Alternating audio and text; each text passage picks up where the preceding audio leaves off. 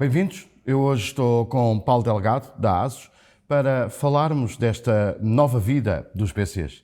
Os PCs que tanto já se vaticinou a morte, com a era do IA, trazem um conjunto de desafios aos fabricantes e, em algumas marcas, o seu reposicionamento até nos vários mercados. Vamos falar de PCs, da capacidade que estes PCs têm que ter hoje em dia numa vida empresarial de mobilidade dos funcionários, num conjunto de ferramentas de IA e a capacidade destes equipamentos importantíssimos para o dia-a-dia do trabalho no mercado nacional.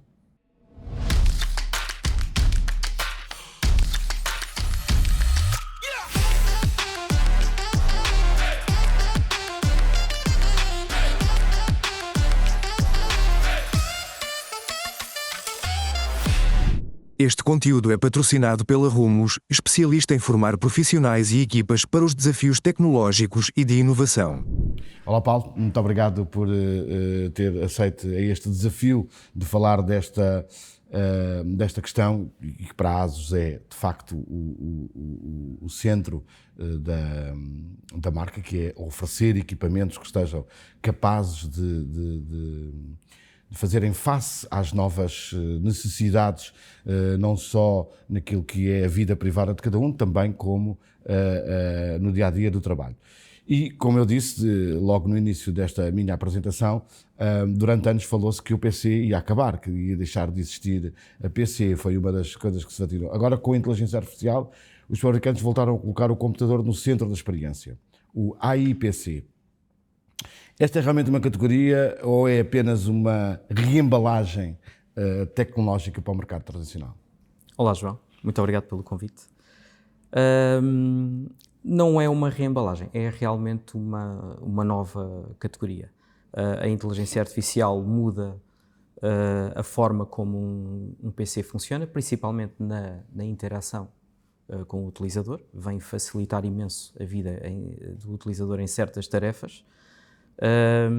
Portanto, acaba por ser não um simples incremento, mas realmente algo que, para já, que veio para ficar, obviamente, não é?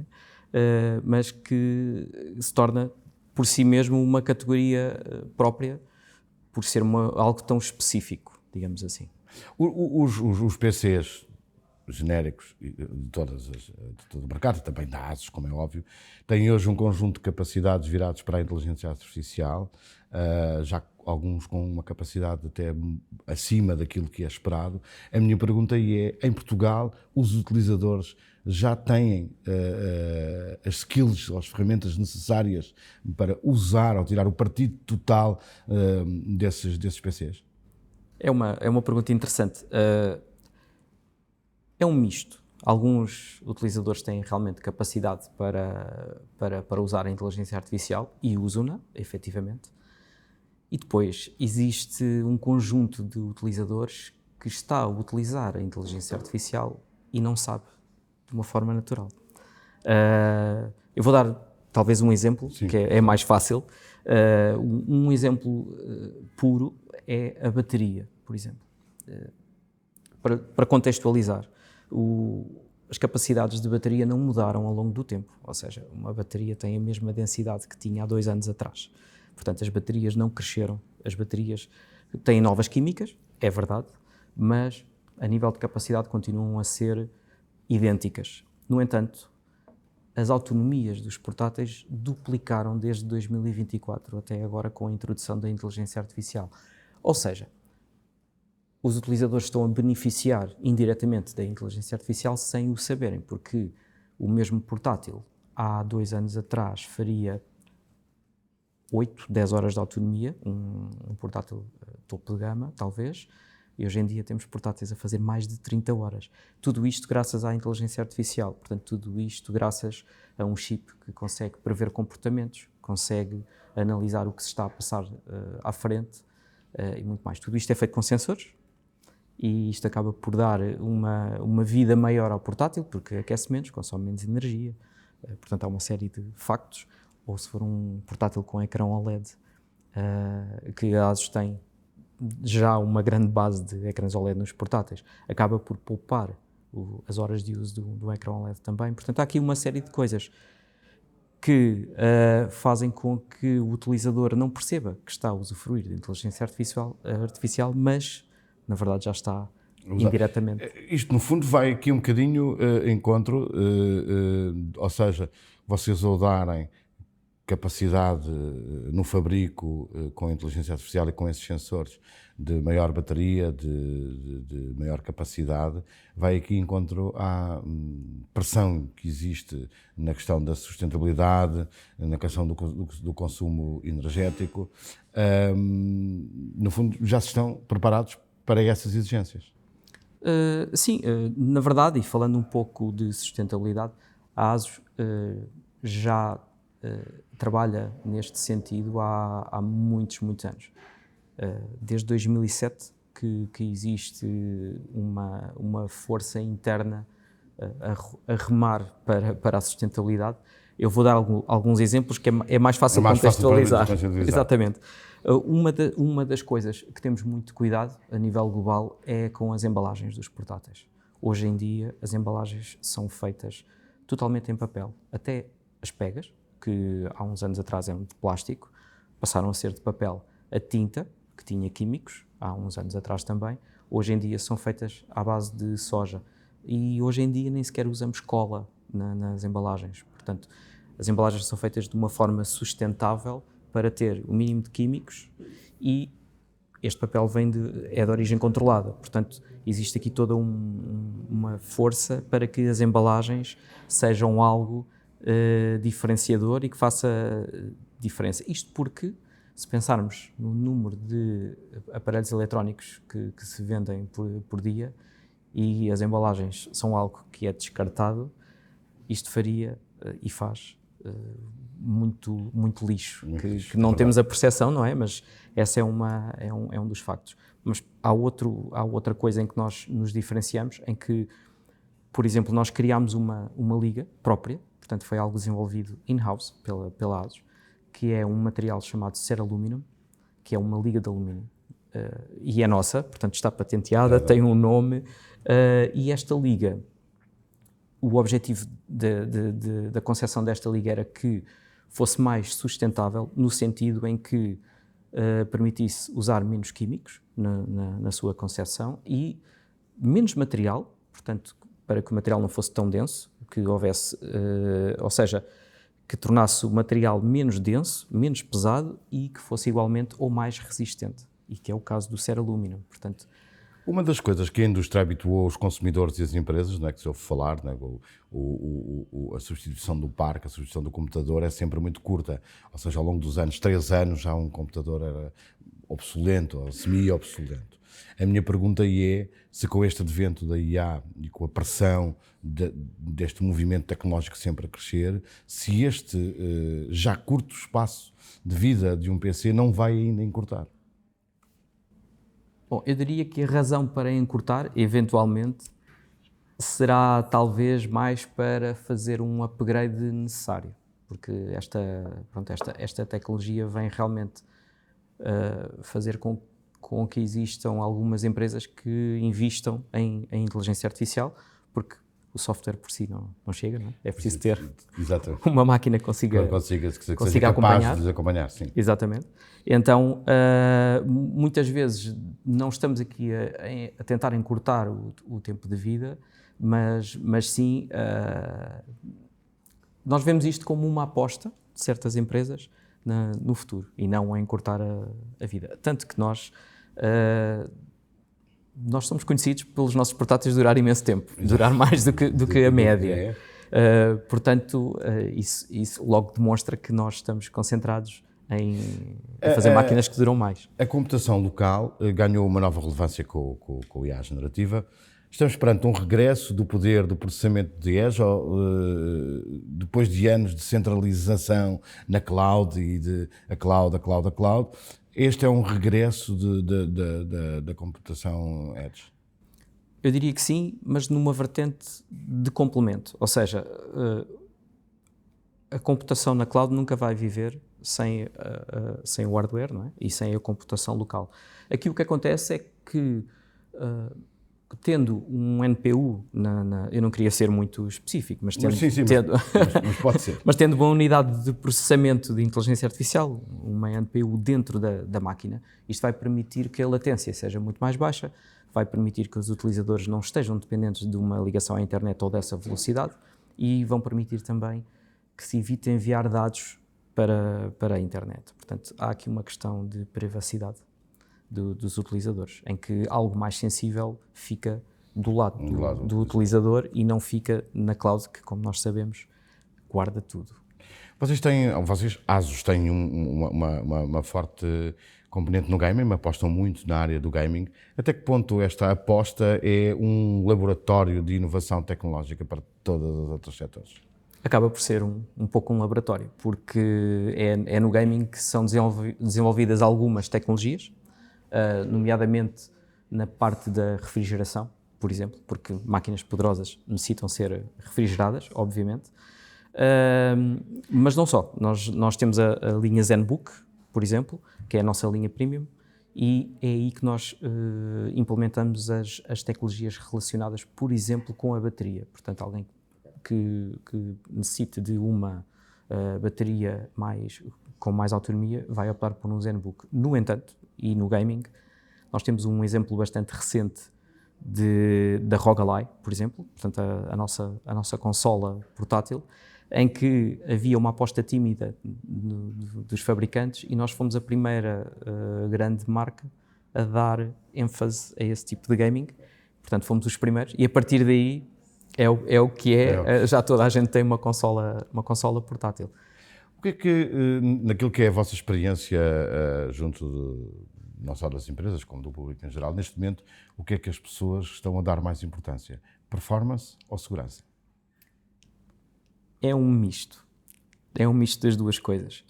Aliás, nós temos os dois tipos de cliente. Tipicamente, um cliente que dê mais importância às especificações, esse também se divide em dois. Portanto, pode ser um cliente muito exigente e que vai dar muita importância a tudo, ao processador, à gráfica, à memória RAM, ao armazenamento ou eventualmente até ao ecrã. Esses são os nossos clientes ProArt, portanto, quem necessita de uma máquina que faça tudo e mais alguma coisa. Mas depois temos uma vertente dos clientes que querem gastar o mínimo possível e que vão à procura da melhor especificação técnica. E, portanto, esse tipo de cliente ignora depois um pouco o resto, tanto a segurança como até a bateria ou até o peso do portátil ou um teclado retroiluminado ou um ecrã OLED. Portanto, esse tipo de clientes tenta ir mais pela especificação. Tipicamente quem vai para um PC mais barato. Não mais barato de entrada de gama, mas mais barato no sentido de ter a mesma especificação que um topo, mas gastando um valor mais acessível. Mas depois temos todos os clientes mais premium que não ignoram, obviamente, a especificação técnica, mas que têm cuidado no que vão escolher e escolhem computadores mais seguros, tipicamente mais atuais e que vão resistir mais ao tempo. Esta luta pela capacidade do hardware que a inteligência artificial vai trazer, é inevitável, já falámos disso aqui, levanta-me aqui uma questão que é, não vai provocar alguma exclusão digital quando quem tem uma capacidade financeira maior consegue equipamentos com melhor hardware, melhor performance, do que haver aqui uma disparidade, ou vocês já estão a olhar para o mercado de uma forma em que um hardware potente já começa a ser uma coisa de base? A mim o que me preocupa e que me conversar é isto, pode haver esta exclusão digital por via da capacidade que um PC tem para lidar no dia-a-dia com as questões do IA, por exemplo? Sim e não. Nós, a ASUS, num passado recente, começou a implementar a inteligência artificial em toda a gama. Ou seja, num período de lançamento, vamos regressar a 2024, fim de 2024, início de 2025, realmente a inteligência artificial era exclusiva de máquinas de topo de gama e, portanto, era preciso investir algum valor para ter um PC que conseguisse ter essas capacidades. Hoje em dia já temos máquinas entradas de gama com esse tipo de processamento e inclusivamente com NPU e inclusivamente com baterias a roçar 20 horas, já bastante abaixo de 1000 euros. Portanto, isso é algo que nós temos como preocupação, em que é nossa obrigação democratizar a tecnologia para que todos tenham acesso. Claro que essas máquinas são normalmente mais básicas, no sentido em que são feitas de materiais menos nobres, obviamente. Estou a falar do exterior, não é? E os ecrãs tipicamente não têm tanta qualidade, portanto existem alguns sacrifícios, mas a nível de performance ela está lá, igual a um topo de gama. Nesta luta saudável entre os fabricantes de PCs, em que o hardware passou a ser, a capacidade de performance passou a ser muito importante, com o dia-a-dia das exigências dos clientes, sejam eles privados ou sejam eles empresas, começamos a olhar para a capacidade dos ASUS e dos seus concorrentes quase como que uma difícil escolha. O que é que me faz a mim procurar um ASUS em termos de diferenciação de todas as outras marcas que vigoram no mercado nacional? Bom, a ASUS sempre foi conhecida por inovar, tanto no gaming como nos PCs tradicionais. No gaming trouxemos tecnologias novas que estamos sempre a desenvolver, como o arrefecimento, e temos sempre as placas gráficas mais recentes, aliadas também aos processadores mais recentes. Mas na linha tradicional, por exemplo, temos algumas tecnologias que nos diferenciam. Vou dar alguns exemplos, coisas tão pequenas, mas que podem fazer alguma diferença. A nível de teclado, por exemplo, os nossos teclados foram desenvolvidos para serem o mais confortáveis possível. Portanto, temos dimensões de teclado o mais standard possível, com teclas que atuam com a força necessária para não ser demasiado confortável, nem ser demasiado duro, portanto, para ser um intermédio, portanto, algo que seja confortável para o utilizador. Os touchpad também são estudados para ter um tato específico e para funcionarem de forma muito precisa. Os nossos ecrãs, por exemplo, nós neste momento estamos a fazer um grande investimento, não é recente, já é de alguns anos, na tecnologia OLED, em que estamos a tentar trazer os ecrãs OLED, que são os melhores ecrãs que se pode ter num portátil neste momento.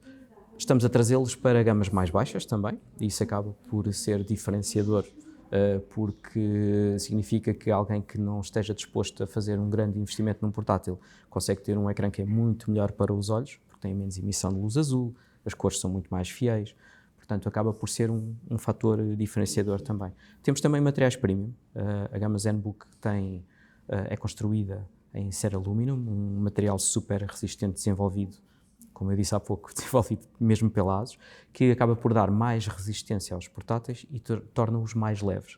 Tanto que nós temos portáteis abaixo de 1 kg, e esses portáteis abaixo de 1 kg têm autonomias a roçar as 32 horas, sensivelmente. Portanto, esses são fatores diferenciadores e que vão muito além das especificações técnicas. Muito bem. Nesta questão do IA e da nova performance, daquilo que se sente nas vendas, nomeadamente no segmento empresarial, já estão a investir em renovação tecnológica motivada pela IA, ou ainda existe alguma expectativa e alguma resiliência? Não, vou manter este até sair um que realmente seja mais potente, com uma capacidade maior.